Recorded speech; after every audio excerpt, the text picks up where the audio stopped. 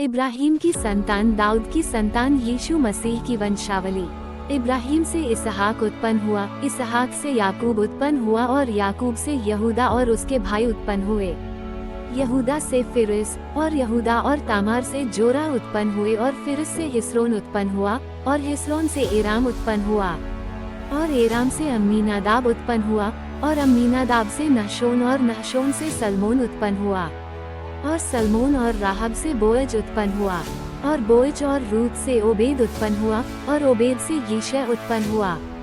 और यिशै से दाऊद राजा उत्पन्न हुआ और दाऊद से सुलेमान उस स्त्री से उत्पन्न हुआ जो पहले उरिय्याह की पत्नी थी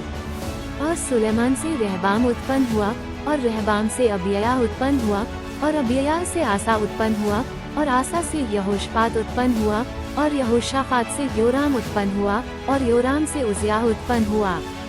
और उज्जियाह से योताम उत्पन्न हुआ और योताम से आहाज उत्पन्न हुआ और आहाज से हिजकिय्याह उत्पन्न हुआ और हिजकिय्याह से मनश्शे उत्पन्न हुआ और मनश्शे से आमोन उत्पन्न हुआ और आमोन से योशिय्याह उत्पन्न हुआ और बंदी होकर बाबुल जाने के समय में योशिय्याह से यकुन्याह और उसके भाई उत्पन्न हुए। बंदी होकर बाबुल पहुँचाए जाने के बाद यकुन्याह से शालतिएल उत्पन्न हुआ और शालतिएल से जरुब्बाबिल उत्पन्न हुआ